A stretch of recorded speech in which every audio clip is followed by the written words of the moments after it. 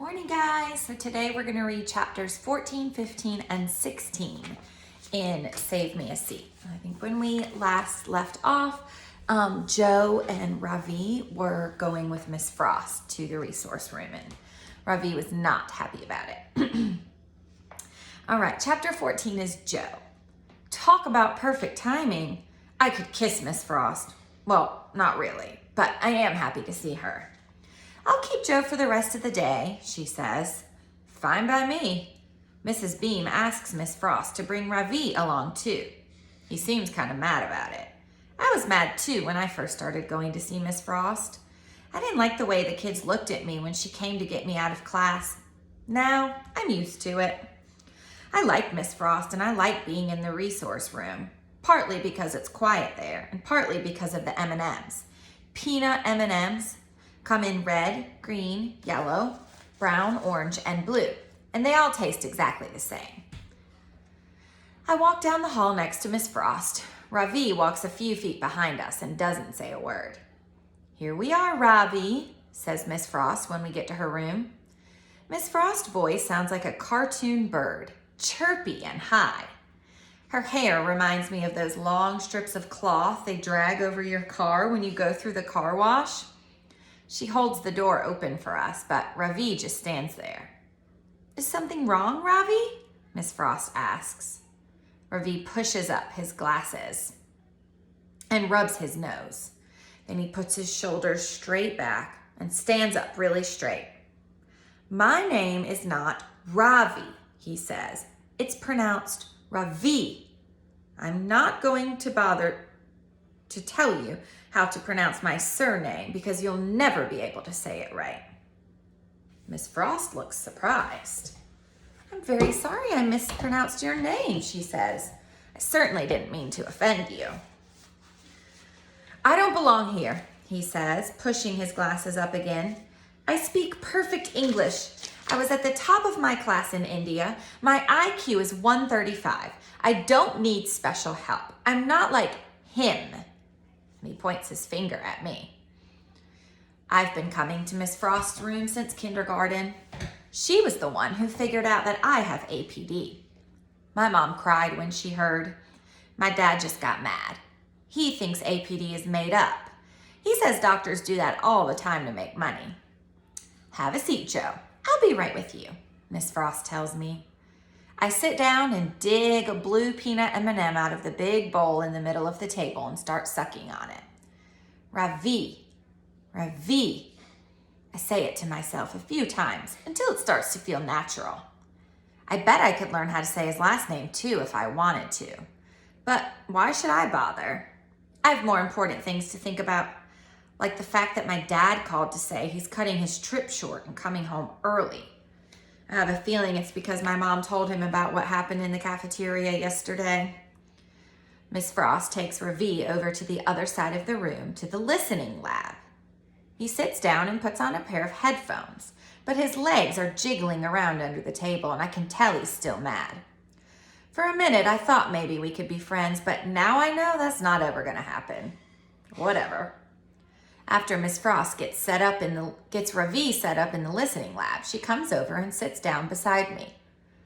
Are you okay, Joe? She asks. I shrug and dig another blue peanut M&M out of the bowl. Blues are my favorite. Ravi was upset, she says. He's a long way from home, still adjusting. I'm sure he didn't mean to hurt your feelings. He didn't, I tell her. Everybody thinks I'm dumb. I'm used to it. Miss Frost looks sad. Did you know your mom stopped by to see me on her way to work this morning, Joe? She asks. I shake my head. Why can't my mother keep her nose out of my business? Can we talk about something else, please? I say. Like what? Asks Miss Frost. I try to think of something that has nothing to do with my mom or her new job. Did you know that if you suck on a peanut M&M long enough, and you're careful not to bite down, you can actually feel each one of the layers dissolving in your mouth? Miss Frost smiles. Go on, she tells me. Most people probably think there are only 3 layers in the peanut M&M, but it's not true. There are 4. The first one is the hard colored part on the outside. Next, there's the thin white layer. That's the part most people don't know about. Then comes the chocolate, and when that's gone, if you've done it right, you end up with a nice smooth peanut sitting on the end of your tongue. Miss Frost is still smiling. That's a very interesting observation, Joe, she says. It's also a sequence. Sequences are something Miss Frost and I have worked on a lot together. She says if I can think about things in order, first, next, then, and finally, it will help my brain stay organized. Pick up your distractors, Miss Frost tells me. I get up and go over to a shelf filled with things like kitchen timers, wind-up toys, and music boxes. I choose an old Mickey Mouse alarm clock and a battery-operated snow globe with a Santa Claus wearing a Hawaiian shirt inside. As I carry them back to the table, I catch a whiff of something spicy. Must be Ravi's lunch. Ready? Miss Frost asks me. The alarm clock is ticking loudly.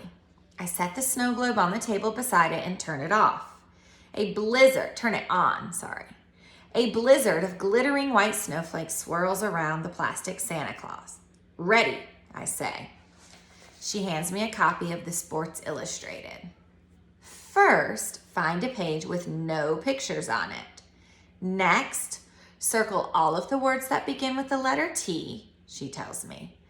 Then, copy the T words out on a piece of paper and finally, fold the paper in half and bring it to me. Got it? Tick, tick, tick. I tell my brain to ignore the sound of the clock and the swirling flakes in the snow globe and focus on what Miss Frost just said. Find a page with no pictures, circle the words that begin with T, I say, repeating the instructions. Then what? She asks. The Santa in the snow globe is holding a sign that says, Hollywood, here I come. That gets me thinking about Evan and Ethan. I wonder how they're doing in California. That gets me thinking about the part in Bud Not Buddy where Bud tries to sneak onto a train with his best friend Bugs, only he ends up getting left behind with some girl named Deza who wants to kiss him. I don't know what I'd do if some girl tried to kiss me. Probably bite her. Then what? Miss Frost asks again. Oh, crud, I totally lost my train of thought. Hate when that happens. Focus, Joe, Miss Frost tells me. Tick, tick, tick. I close my eyes and try hard to remember the rest of the instructions she gave me a minute ago. Copy all the T words out and write them on a piece of paper, fold it in half and give it to you. Way to go, Joe, Miss Frost says, putting her hand up to give me a high five. Miss Frost doesn't know that high fives are corny. I look over at Ravi to see if he's watching, but luckily he's busy looking at the dictionary. He asks again if he can go back to class, and this time Miss Frost goes over to talk to him.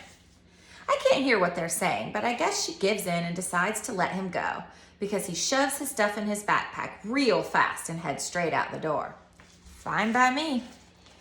Miss Frost offers Ravi an M&M from the candy bowl, and even though there are plenty of other colors, wouldn't you know it, he reaches in and takes a blue one. What really ticks me off is that it's a double. 2 M&Ms stuck together. Those are rare. He doesn't say goodbye. He doesn't eat the M&M either, just puts it in his pocket and heads for the door. Something's different about him. He's not mad anymore. He seems more sad. Not that I care how he feels. I'm glad he's leaving. Joe, says Miss Frost, I'll be back in a minute. Then we can get lunch. As soon as she's gone, I put down my pencil and dump the whole bowl of M&Ms out on the table. I go through them one by one looking for doubles, but there aren't any more. Doubles are rare, especially blue ones. I'm kicking myself. How could I have missed that? All right, chapter 15, back to Ravi. The eyes are the windows to the world, Emma always says. When I was little, she would look into my eyes and tell me that they were bright and sparkling like my mind. That was before Dr. Batra discovered that I could hardly see. In kindergarten, I had a serious copying problem. I could never copy anything correctly from the board. While reading a book, I had to stick my face so close to the page that my teacher, Miss Venkat, suspected I had some type of serious reading issues.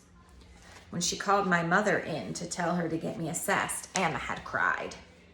She couldn't stand that they were questioning my intelligence. It was Dr. Batra